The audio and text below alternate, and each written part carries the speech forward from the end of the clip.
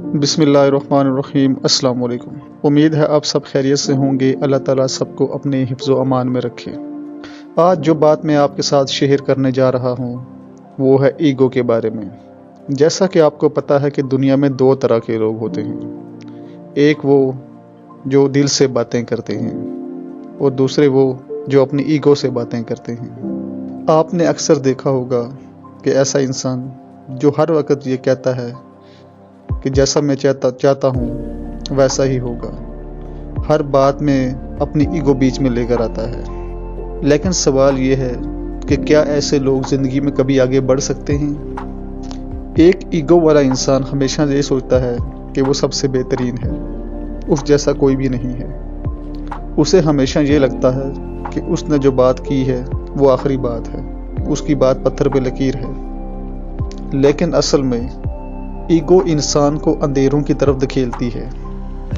جس انسان کے اندر ایگو کی بیماری ہو، جو ہر بات کے میں کرے، مطلب خود کو اہمیت دے، خود کو سب سے بہترین سمجھے، وہ انسان ہمیشہ ناکام ہوتا ہے۔ ایگو، انا، مطلب یہ غرور کا دوسرا نام ہے کہ میں جو ہوں سب کچھ میں ہی ہوں، میری جو بات ہے وہی سچی بات ہے، وہی آخری بات ہے۔ لیکن اصل میں ایسا انسان ہمیشہ ناکام ہوتا ہے۔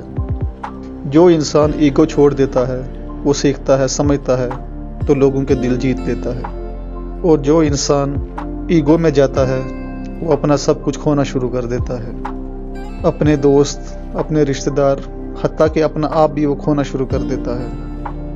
یاد رکھیے، ایگو ایک زہر کی طرح ہے جو آہستہ آہستہ انسان کو اندر ہی اندر سے مار دیتی ہے۔ عقل مند انسان وہ ہے جو اپنی ایگو کو کنٹرول میں رکھے اور انسانیت کو اپنائے۔ تو اگلی بار جب آپ کو یہ لگے کہ میری ایگو کہہ رہی ہے کہ یہ کروں، تو تھوڑا رک جائیے اور سوچئے، اور اپنے دل کی بھی ایک بار سن لیجئے، کیونکہ اصلی بڑا پن جو ہوتا ہے نا، وہ ایگو میں نہیں، انسانیت میں چھپا ہوتا ہے۔ میں یہ نہیں کہہ رہا کہ آپ کچھ بھی نہیں ہیں، آپ سب کچھ ہیں، لیکن آپ کی ایگو آپ کو ہمیشہ مار دیتی ہے۔ اس لیے کبھی بھی جلد بازی میں فیصلے مت کریں، ہر بات کے بیچ میں اپنی ٹانگ مت اڑائیں۔ جہاں پہ آپ کو لگے کہ آپ غلط ہیں تو وہاں پر خاموش رہیں۔ کمنٹ سیکشن میں ایک پیارا سا کمنٹ کیجئے گا، اور ہمارے چینل کو سبسکرائب اور ویڈیو کو لائک کرنا نہ بھولیے گا۔